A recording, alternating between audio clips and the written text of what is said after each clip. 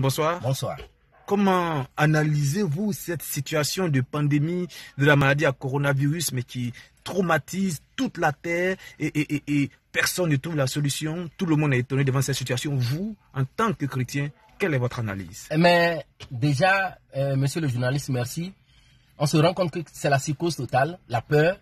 Mais ce qui m'étonne encore, c'est que nous regardons sur la planète, même les îles, les pays qui sont au fin fond de la mer sont touchés. Donc c'est un truc mondial et qui n'épargne aucune nation. Mais chose bizarre, on se rend compte que c'est un jugement de Dieu pour toute la terre, pour nous les chrétiens. C'est la lecture que nous faisons. Vous vous rendez compte que ce n'est pas la première fois. Du genre, dans la Bible, quand nous lisons les enfants d'Israël qui étaient en Égypte, il y avait un jugement de Dieu sur la nation d'Égypte. Et Dieu a proposé le confinement. Demandez aux enfants d'Israël de se confiner pendant que l'esprit de mort va passer la nuit. Il en est de même dans Nombre 14, quand on voit les enfants de Dieu qui ont murmuré contre Dieu et Dieu a envoyé le serpent brûlant. Plus tard, Jésus l'a dit dans Jean chapitre 3 que de même que Moïse éleva le serpent dans le désert, il faudra que le Fils de l'homme soit élevé afin que quiconque croit en lui ait la vie éternelle. Mais qu'est-ce qu'on remarque? Aujourd'hui, le monde, on se rend compte que le monde ne connaît pas Dieu. Le monde n'a pas de solution pour Dieu. On cite les consignes sanitaires, les consignes barrières, entre autres lavage régulièrement des mains, entre autres tousser dans le creux de son bras, ou encore se cacher le nez et tout ça. Mais jamais on a vu dans une chaîne de télévision, on propose la prière. Le monde ne connaît pas Dieu. Le monde ne connaît pas Dieu. Et ça, c'est pas nouveau. Mais au-delà de ça, nous qui avons une lecture un peu spirituelle des choses, on se rend compte que c'est un jugement pénible de Dieu. Et pourquoi ce jugement? Pourquoi ce jugement? Pourquoi Dieu jugerait le monde? Mais le monde a péché. Quand un homme couche avec un animal, quand un homme avec des barbes prend son ami garçon barbe, les os qui sont dus et puis l'embrasse, ça, Dieu n'est pas content de ça.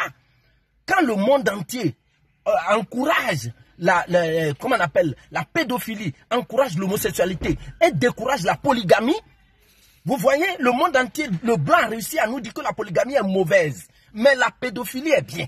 Le blanc réussit à nous dire que la polygamie est une très mauvaise chose. Faire beaucoup d'enfants, ce n'est pas bon. Mais un animal qui couche avec un homme, ça c'est bon. Et nous, on accepte ça. Il y a un temps pour Dieu qui jugera toute la terre. Mais regardez, faites cette analyse-là. Le blanc arrive à découper l'homme. Il regarde dans son ventre. Il soigne l'homme dans tout son ventre. Il ferme et l'homme vit. Le blanc enlève le cœur de l'homme, il dépose à côté. Il finit de soigner le cœur, il replace dans la cage thoracique et l'homme vit. Mais médicaments, juste pour quelqu'un qui tousse, quelqu'un qui a la fièvre, on appelle ça chez nous, quelqu'un qui tousse, blanc n'a pas ces médicaments-là. Vous ne voyez pas que c'est un jugement de Dieu. Blanc qui crée avion, médicament de quelqu'un qui a la fièvre, qui n'arrive pas à respirer et qui a blanc n'a pas médicament là. Dieu juge la terre. Mais je suis convaincu que tous les enfants de Dieu seront épargnés. Vous n'allez jamais entendre qu'un enfant de Dieu soit infecté. Encore un vrai enfant de Dieu. Et les chrétiens qui sont infectés alors? C'est ce que j'ai dit, un vrai enfant de Dieu. Vous voyez, les chrétiens qui seront infectés seront guéris.